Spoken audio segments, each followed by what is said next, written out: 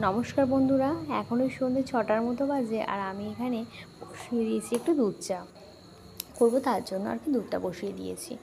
আর দুধটা রয়েছে তো ভাবলাম দুধ চা করবো না ভেবেছিলাম, তো ভাবলাম যে দুধটা নষ্ট হয়ে যাবে, বাবু তো খাবে না, ওর জন্য দুধ নেই। তবে এখনও সপ্তাহে তো একদিন দুধ খায়, মানে 6 দিন 7 দিন পরে পরে একদিন করে দুধ খায়। এবার প্রশ্ন যে তাহলে কেন দুধ নেই। এবার দেখো, কখনো যদি হুট করে দুধ খেতে চাই, তখন তো আমি বললে হুট করে পাবো না। তার জন্য ভাবি এক পা করে অন্তত দুধ রাখি, যা ও কখনো যদি খায় বা আমরা খাই, তার মধ্যেও না আমারও রেগুলার ভালো লাগে না, তো তাই আর কি দুধ থেকে যায়। আর তাই তো কয়েকদিন আগে আবার কয়েকদিনের দুধ জমেছিল, সেটা দিয়ে পনির বানিয়েছিলাম। আগে অনেকটাই দুধ নিতাম 500 করে, কিন্তু এরকম খাই বলে আমি আর অল্প করেই কমিয়ে দিয়েছি দুধ নেওয়া।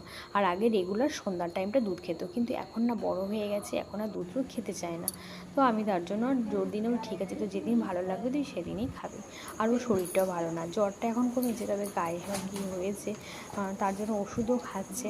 তো আমি তার জন্য প্রেশারও দিতে পারছি না। দেখো সামনেই পরীক্ষা, তবে সেভাবে যে জোর দিয়ে প্রেশার দিয়ে অনেকক্ষণ ধরে পড়াবো সেটুকুই ওর শরীরে নেই।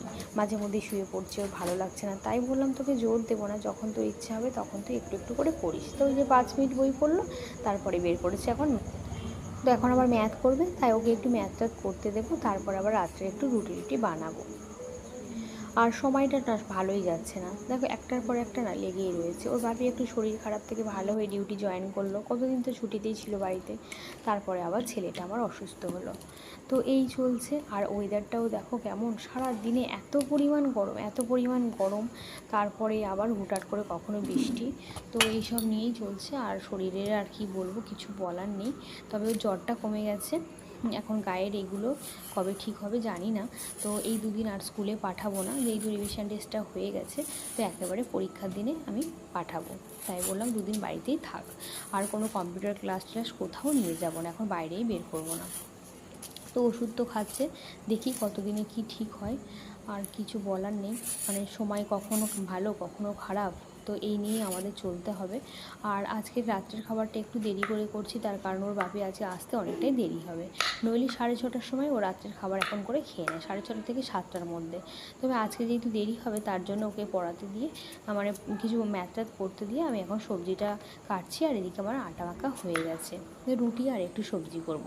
চিচিঙ্গাগুলো ভেবেছিলাম একটু ভাজা করব, তবে ওই যে ওর বাপি ভাজা অত পছন্দ করে না, সবজিটাই বেশি পছন্দ করে, তাই ভাবলাম একটু আলু দিয়ে সবজি করি।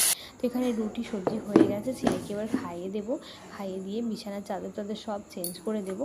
এখন ওকে একটু পরিষ্কার পরিচ্ছন্নভাবে রেগুলার এইভাবে রাখতে হবে। তো চলো, ও শুয়েও পড়েছে, তো গুড নাইট।